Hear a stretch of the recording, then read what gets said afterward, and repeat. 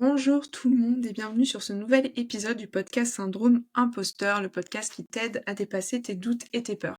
Dans l'épisode de cette semaine, je voulais parler des peurs derrière l'utilisation de l'IA en général, mais aussi en lien avec toutes les remarques et toutes les questions que je reçois toutes les semaines dans le cadre de mes formations et de mes accompagnements individuels. J'espère que tu vas bien. Dans l'épisode précédent, on parlait justement d'une première et toute autre différente approche de l'IA. Dans cet épisode-ci, je vais rebondir et revenir sur un article que j'ai publié il y a maintenant presque 2 semaines, je pense, ça doit faire 10 jours, sur le blog et qui parle en fait des différentes intelligences qui existent au-delà de l'intelligence artificielle. Alors, les croyances principales et les grands mythes qu'il y a derrière l'IA sont beaucoup autour de la capacité de l'IA de dépasser des capacités humaines, des compétences humaines, la capacité de l'IA de remplacer des métiers, des tâches, etc. Donc ça fait peur. Ça fait peur parce que la plus grande peur chez beaucoup de personnes, c'est j'ai peur d'être remplacée. Voilà, j'ai peur que mon métier, j'ai peur que mon expertise, j'ai peur que mon savoir-faire soit remplacé par une machine. Quelque chose qui a déjà existé, parce que si on prend par exemple à l'époque de l'invention de l'imprimerie, avant qu'il y ait l'imprimerie, il y avait d'autres méthodes pour recopier du contenu qui étaient réalisées par des individus, et un métier tout autre que celui qu'on connaît aujourd'hui en tant qu'imprimeur. Là, c'est à une autre échelle, c'est beaucoup plus important parce que c'est quelque chose qui nous dépasse, c'est-à-dire qu'en fait, contrairement à l'imprimerie, on va dire que ça se limite pas juste à une tâche déjà. Et en plus, c'est aussi le fait que ça va venir toucher une peur qui est humaine et qui est en fait beaucoup, je pense, et trop souvent amorcée par les médias et notre société en général. C'est à cause d'un manque de compréhension de l'intelligence artificielle, de savoir comment l'IA fonctionne, on est capable de partir dans des schémas de peur euh, qui vont nous amener à critiquer l'IA, à la rejeter, en fait, à remettre en question tout, toute innovation, alors qu'en fait, l'IA est la continuité des réseaux sociaux, et ça, c'est ce qu'on voit dans mon cours que je propose en ligne sur l'intelligence artificielle. Donc, derrière ce mythe, il y a une incohérence. Une incohérence qui est que, l'intelligence artificielle n'a pas toutes les capacités humaines. Je m'explique. En tant qu'être humain, nous avons plusieurs intelligences. Vous avez déjà entendu parler de l'intelligence spatiale, l'intelligence émotionnelle, l'intelligence logico-mathématique, théorique, l'intelligence naturaliste. En fait, on développe tous des intelligences différentes à certains niveaux à travers une vie. Il y a des gens, ils ont des capacités beaucoup plus importantes en intelligence émotionnelle. Ce seront les personnes qui vont être capables de recevoir quelqu'un en pleurs ou de recevoir quelqu'un en colère et qui vont réussir à poser les choses, à ralentir, à poser la personne, et c'est des compétences dont on parle de plus en plus en formation, notamment en soft skills, parce que dans les formations en lien avec le sujet de la communication non violente ou apprendre à communiquer de façon positive, pardon, on retrouve beaucoup cette intelligence émotionnelle qui est que on aura beau donner du théorique dans ces cours et dans ces formations-là, il y a quelque chose qui reste humain malgré tout, malgré nous, et qui doit être travaillé sur nous-mêmes. Et ça, travailler sur nous-mêmes, ça veut dire se remettre en question. Et ça, se remettre en question, c'est un grand mot parce que c'est peut-être pas évident pour vous, mais il y a beaucoup de personnes pour qui se remettre en question représente un danger. Voilà.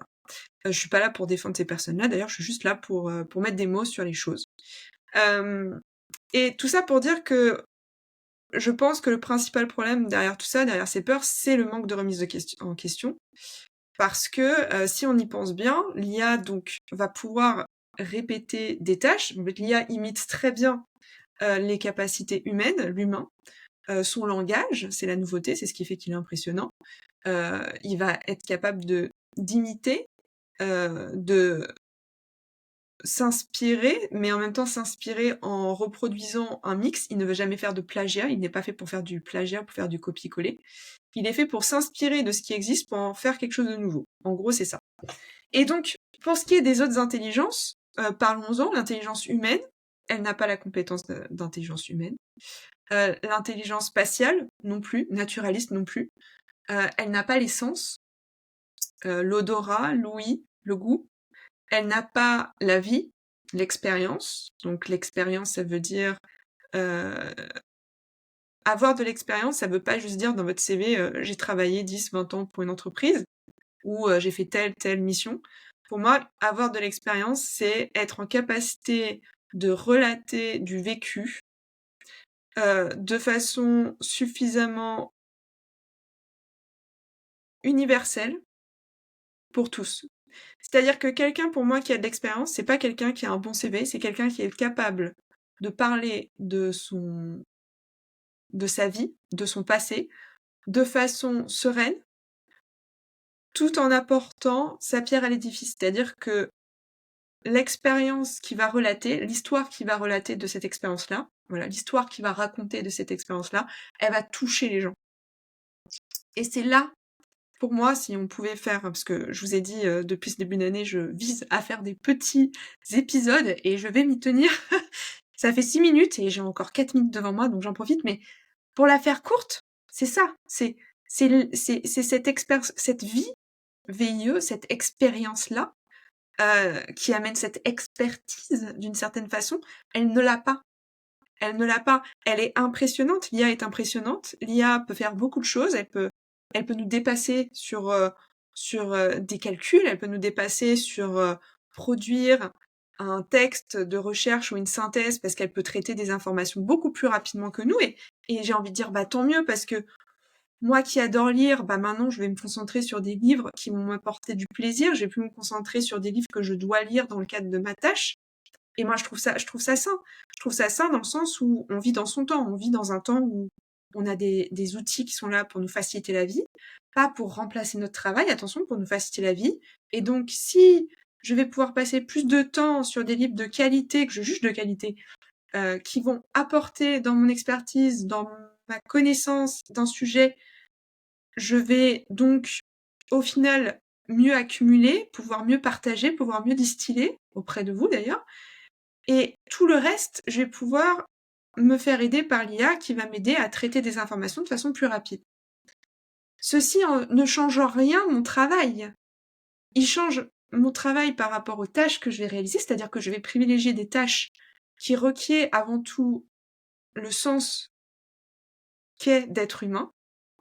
Et ça, on est tous ceux que vous m'écoutez, enfin, vous m'écoutez tous, vous avez tous cette capacité-là, vous êtes humain.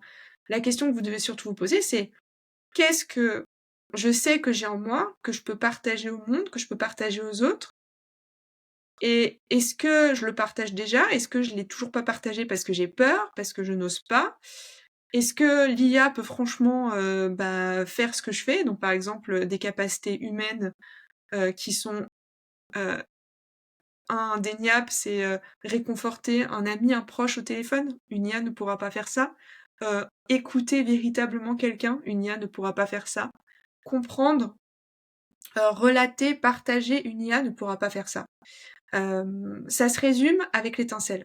Moi, je reste persuadée, pour avoir vécu notamment la perte de proches, je parle de ça parce que je trouve ça évocateur. Quand on perd un proche, on a en face de nous ce que Jean-Jacques Charbonnier appelle une coquille vide. Et l'étincelle est partie de cette personne. Et malgré toutes les innovations qu'on a dans notre monde matérialiste, aussi ouf que ces innovations soient, un robot ou cette fameuse coquille animée ne remplacera jamais l'étincelle de la personne. Et ça, on le sait aussi quand on regarde des séries comme Black Mirror. Il y avait un épisode où justement une femme a commandé, son conjoint meurt dans un accident de voiture et elle peut commander le robot de son conjoint, qui ressemble littéralement à l'acteur d'ailleurs, et qui est vraiment comme un être humain, sauf que c'est un robot et on le sent que l'étincelle n'est pas là. on le sent que l'âme n'est pas là, on sent que c'est artificiel. Et tout ce qui est artificiel n'a rien de magique au final. C'est ça qui est drôle, c'est qu'aujourd'hui on est tous facilement impressionnés parce que par tous ces artifices de l'IA, et en même temps, je pense qu'on restera toujours inspiré par les humains. Et c'est ça qui fait que vous êtes irremplaçable pour ça. On est irremplaçable.